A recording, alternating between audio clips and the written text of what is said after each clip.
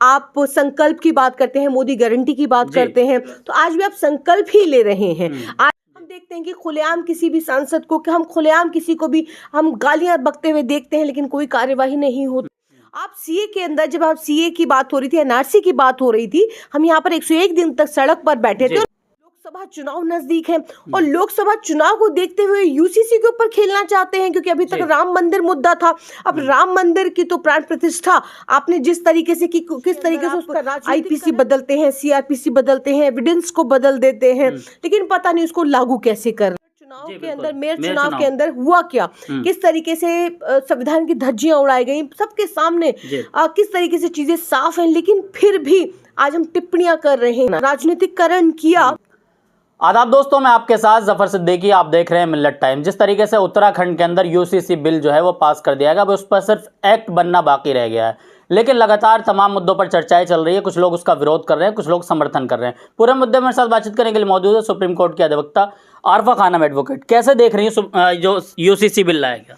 देखिए, जिस तरीके से हमने देखा कि उत्तराखंड के अंदर यूसीसी बिल को पास कर दिया गया और लगातार इस पर मैं समझती हूँ कि 2014 के बाद से यूसीसी सीए जैसे मुद्दे जो हैं लगातार ला करके, खास करके ये दिखाने की कोशिश की जा रही थी कि ये सिर्फ यूसीसी जो है वो एक तबके के लिए है, सिर्फ मुसलमानों के लिए, सीए सिर्फ मुसलमानों के लिए है। तो अब एक राज्य के अंदर पहले ये कहा गया, उत्तराखंड के अंदर ये कहा गया, उत्तराखंड के एक केंद्रीय मंत्री हैं, वो कहते हैं कि जिस तरीके से उन्होंने कहा कि मेरी ज़ुबान फिसल गई, और फिर उसके बाद से यूसीसी को लागू कर दिया गया। और जब यूसीसी सीए जैसी जैसे मुद्दों को जब लाया जाता है, और ख़ास करके देश का जो वो गोदी मीडिया जब इसको दिखाने का काम करता है और इस पर चर्चा करता है, डिबेट करता है, तो आप ये देखिए कि किस तरीके से उनके जो हेडिंग्स होते हैं, उनका जो क्रोमा होता है वो किस तरीके का होता है, किस तरीके के शब्द इस्तेमाल किए जाते हैं। खास करके ये बताया जाता है कि यूसीसी सिर्फ मुसलमानों के लिए है। एक देश एक कानून की बात करते हैं, तो एक देश एक कानून तो सबके लिए है, और यूसीसी से मुसलमानों को कोई दिक्कत नहीं है। हमने तो ये भी कहा था कि आप सीए लाना चाहते हैं, सीए लाइए, हमें उससे भी दिक्कत नहीं है। हमें दिक्कत क्या थी, धर्म के आधार पर जब आप कोई कानून बनाते हैं तो वो गैर संवैधानिक कानून होता है। आप सीए के अंदर, जब आप सीए की बात हो रही थी, एनआरसी की बात हो रही थी, हम यहाँ पर 101 दिन तक सड़क पर बैठे थे, और किस किन मांगों को लेकर के बैठे थे? हम लगातार ये कह रहे थे कि हमारे पास पर्याप्त कानून है, हमारे पास सिटीजनशिप एक्ट जो आप ये कह रहे थे कि आप नागरिकता सबके पास लेने का पर्याप्त कानून है हमारे पास, लेकिन बार बार इसको पॉलिटिकल इसको रंग देना, ये कहना कि यहाँ से करंट लगाई और शाहीन बाग पहुंचेगा करंट, इस तरीके के शब्दों से देखिए आप सिर्फ मुद्दों को पॉलिटिसाइज करते हैं। यूसीसी ला करके बार बार ये दिखाया जा रहा है कि बाइगेमी की बात की जा रही है, कि बहुविवाह जो अब हम बात करते हैं, बार बार ये कहा जा रहा है। तो देखिए किस तरीके से ट्राइबल्स को इस यूसीसी से बाहर किया गया। ये कहा गया कि यूसीसी ट्राइबल बाहर रहेगा, क्यों बाहर रहेगा? कस्टम्स के साथ कोई छेड़छाड़ नहीं होगी, तो फिर ये यूसीसी लागू कैसे होगा? क्योंकि इसके अंदर आप ये देखिए कि पॉलिटिकल ज़्यादा ये मुद्दा दिखाई दे रहा है, क्योंकि इसके अंदर पॉलिसी तो दिखाई नहीं दे रही, कानून दिखाई नहीं दे रहा है।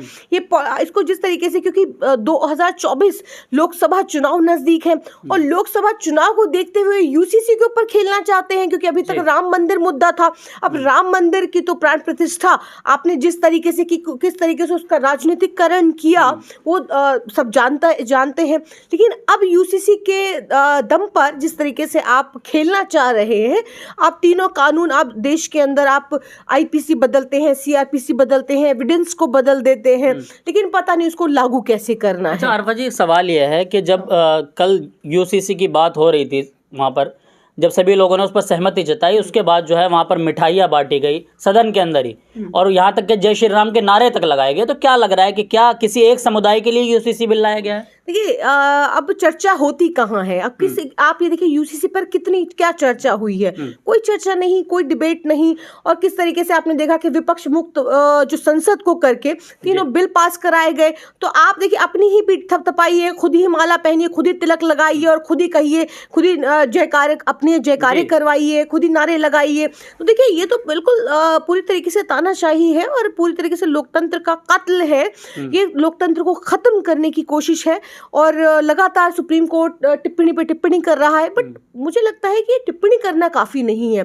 कि हमने देखा कि छोटे से चुनाव को लेकर के जिस तरीके से सुप्रीम कोर्ट में जब हम जाते हैं तो सुप्रीम कोर्ट टिप्पणी कर देता है, टिप्पणी के बाद उसकी चर्चा होती है। आप जैसे न्यूज़ चैनल के जो पत्रकार हैं उस पर चर्चा करते हैं कम से कम, लेकिन गोदी मीडिया से ये मुद्दे गायब रहते हैं।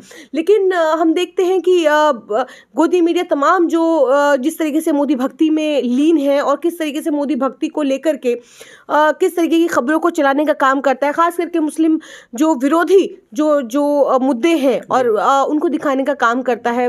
सिर्फ और सिर्फ जिस तरीके से तुष्टीकरण हो, ध्रुवीकरण हो, इस तरीके के डिबेट्स कराए जाते हैं आज न्यूज़ चैनलों के अंदर।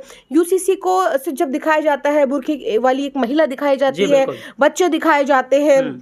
देखिए, हमारे पास अगर हम यूसीसी की बात करें तो यूनिफॉर्म सिविल कोड तो हमारे पास पहले क्रिमिनल, हमारे पास जो क्रिमिनल कोड जो है हमारे पास पहले से एक देश एक कानून की हम जब बात कर रहे थे तो हमारे पास सिर्फ फैमिली लॉ एक अलग रखा गया था, क्योंकि 1947 के बाद जब इस पर जब यूसीसी पर जब बात हो रही थी तो ये बहुत सारी चीज़ों को लेकर के, क्योंकि हम ये भी देख रहे थे कि कहीं ना कहीं हम मॉडर्नाइज इतने नहीं थे कि हम फैमिली लॉ को उस कस्टम्स के साथ छेड़छाड़ कर सके, क्योंकि कस्टम्स यहाँ पे देखिए, यहाँ पे विविधताएं हैं।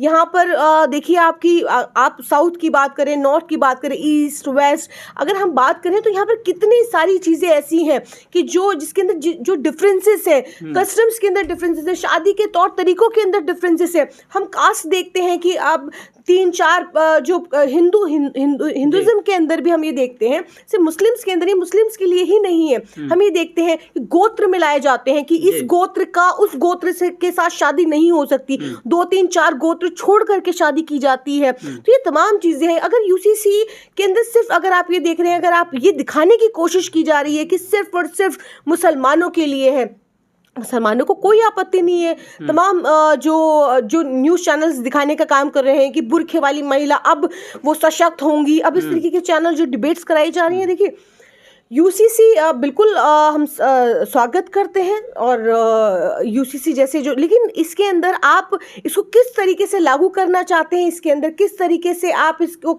किसको बाहर करेंगे, किसको अंदर करेंगे, सिर्फ आप ये दिखाते हुए कि भाई सिर्फ और सिर्फ एक समुदाय के लिए है और एक जो कानून बनाने की कोशिश हो रही है तो वो सिर्फ और सिर्फ इसलिए कि भाई एक मैसेज ये जाए कि मुस्लिम जो तबकों के अंदर जो बायोगेमी है, जो बहुविवाह है, जो एक से ज़्यादा जो शादियाँ होती हैं और बच्चों को लेकर के और तमाम जो चीज़ें हैं, तो उन चीज़ों को, क्योंकि अगर हम प्रॉपर्टीज़ की बात करें हम और जो हेरिटेज हमारे जो प्रॉपर्टीज़ हैं, तो अगर हम उनकी बात करें, जो जितनी भी जो चीज़ें हैं जो सिविल लॉस के अंदर आती हैं वो पहले से हमारे पास मौजूद है। मतलब सरकार की नीयत पर भरोसा नहीं है आपको कहीं? नहीं, भरोसा तो किसी चीज़ पर भी नहीं है। आप कैसे कह सकते हैं कि सरकार पर, आज तो देश की जो आवाम है उसको तो न्यायपालिका पर भरोसा नहीं रहा कि आज हम देखते हैं कि किस तरीके से आज न्यायपालिकों के फैसले आते हैं। आज चंद टिप्पणियां कर करके आपको लगता है कि आप लोकतंत्र को जिंदा रख रहे हैं, आप चंद टिप्पणियां कर करके आपको लगता है कि सिर्फ ये करना काफ़ी है। तो देखिए, छोटा चुनाव करा करके आपने देखा चंडीगढ़ चुनाव के अंदर, मेयर चुनाव के अंदर हुआ क्या, किस तरीके से संविधान की धज्जियां उड़ाई गई सबके सामने, किस तरीके से चीज़ें साफ हैं, लेकिन फिर भी आज हम टिप्पणियां कर रहे हैं, आज हम फटकार लगा देते हैं। देखिए, क्या ये काफ़ी है? सिर्फ इतना हो जाना काफ़ी है? हम देखते हैं कि खुलेआम किसी भी सांसद को, कि हम खुलेआम किसी को भी हम गालियां बकते हुए देखते हैं, लेकिन कोई कार्यवाही नहीं होती है। संविधान के मंदिर जिसके हम शपथ लेकर के हम एक पद पर बैठते हैं, वहाँ पर उसकी किस तरीके से हम धज्जियां उड़ाते हैं और फिर हम कहते हैं कि संविधान लोकतंत्र जिंदा है। तो ये देखिए, अपने आप में बहुत ज़्यादा शर्मनाक है, क्योंकि अगर हम ये बात करें कि अगर हम लोकतंत्र की दुहाई देने का काम करते हैं तो लोकतंत्र के चारों जो स्तंभ हैं वो स्तंभ कहाँ हैं, लेकिन देश के तरीके से काम कर रहे हैं। लेकिन एक तरफ जहां तमाम आलोचनाएं हो रही है, वहीं दूसरी तरफ देश के प्रधानमंत्री आज भी ये कहते हैं कि सबका साथ, सबका विकास, सबका विश्वास। तो आखिर नारा वो कहाँ तक सही है? देखिए, नारों की तो हम बात करें, नारे तो बहुत सारे जो भाजपा जो जुमले देती है, बेटी बचाओ बेटी पढ़ाओ जैसे नारे देती है, सबका साथ सबका विकास, सबका विश्वास की बात करती है, लेकिन कितना विश्वास हासिल किया है वो 2014 से लेकर के आज भी आप संकल्प की बात करते हैं, मोदी गारंटी की बात करते हैं, तो आज भी आप संकल्प ही ले रहे हैं। आज भी आप क्या कहते थे, 50 दिन दे दीजिए, अगर मैंने वादे पूरे नहीं किए तो आप जिस चौराहे पर लाकर आप हमें जो भी सजा देना चाहते हैं दीजिए। 50 दिन की बात की थी, लेकिन आज 10 साल बाद भी सत्ता की जबरन जिस तरीके से मध्य प्रदेश से शुरुआत होती है, किस तरीके से मध्य प्रदेश के अंदर आप सत्ता को किस तरीके से आप तोड़ मरोड़ करके और आप संख्या और बल और पैसे के दम पर आप किस तरीके से सरकार गिराते हैं, 42 एमएलए को खरीद करके आप किस तरीके से आप सरकार बनाने का काम करते हैं। उसके बाद आप लगातार सिलसिलेवार तरीके से आप देखिए शिवसेना, आपने देखा कि वहां पर किस तरीके से सरकार गिराई गई। लगातार हमने देखा बिहार के अंदर क्या हुआ। तो आप जीत नहीं सकते तो वहां पर सत्ता के दम पर, ईडी सीबीआई के दम पर आप क्या कराने का काम करते हैं, आप डराने धमकाने पर उतारू हो जाते हैं। और हम न्यायपालिका की जब बात करते हैं तो न्यायपालिका, आपका मैसेज लोगों के लिए साफ है कि हमारे साथ आ जाओ वरना अंजाम भुगतने के लिए तैयार हो जाओ। एक आखिरी सवाल होगा कि यूसीसी बिल जो है इसको क्या कानून के विरुद्ध है? कानून का क्या इसमें उल्लंघन हो रहा है? नहीं, देखिए कानून, यूसीसी तो खुद ही एक कानून है, इसके अंदर कानून का कोई उल्लंघन नहीं है। लेकिन जिस तरीके से इसको लागू किया जा रहा है, जिस तरीके से इसको, क्योंकि जाहिर है हमने ये देखा है कि आज 3 जो आईपीसी, सीआरपीसी और एविडेंस को जिस तरीके से बदल करके रख दिया गया, इसके अंदर ज़्यादा चर्चा करने की, ये कहा गया था कि इसके अंदर चर्चा की जाएगी, इसके अंदर कमेटी बनेगी बाकायदा, बहुत सारी बातें की गई थी। लेकिन आप ये देखिए कि किस तरीके से विपक्ष मुक्त संसद को करके आप विपक्ष को बिना कॉन्फिडेंस में लिए आप तीनों बिल पास करा देते हैं। आप देखिए कि किस तरीके से हम 33% की बात कर रहे थे कि महिलाओं के आरक्षण की बात कर रहे थे, 33% महिला आरक्षण का बिल पास होने के बाद ये कहते हैं कि नहीं यह अभी लागू नहीं होगा, 2029 में लागू होगा। तो आप क्यों हमें वंचित रखना चाहते हैं? 33% की आधी आबादी को क्यों वंचित रखना चाहते हैं? तो देखिए जाहिर है आप उसका किस तरीके से, आज हम देख रहे हैं कि एक देश दो कानून इस देश के अंदर चल रहे हैं। मुसलमानों के लिए एक अलग कानून है और एक भाजपा के लिए अलग कानून है। भाजपा के लोगों के लिए, उनकी सेना के लिए एक अलग कानून है। वो चाहे जो मर्जी जिस तरीके से, क्योंकि नफरत की मंडी में आप जिस तरीके की नफरत परोसिए, लेकिन आप ही को फूलमाला पहनाया जाएगा, आप ही की पीठ थपथपाई जाएगी, आप ही को टिकट दिया जाएगा, आपको चुनाव लड़वाया जाएगा।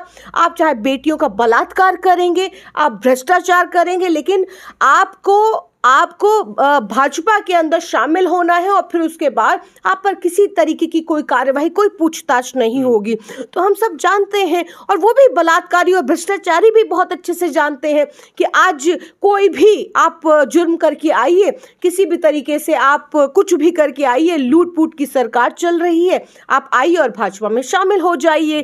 तो आज इस देश के अंदर ये चल रहा है। बहुत बहुत शुक्रिया, हमारे साथ थे आरफा खानम एडवोकेट। तमाम सवालों के जवाब दिए। वीडियो को देखकर आप क्या कुछ सोचते हैं कमेंट बॉक्स में अपने राय जरूर दें। देखते रहिए मिलत टाइम्स।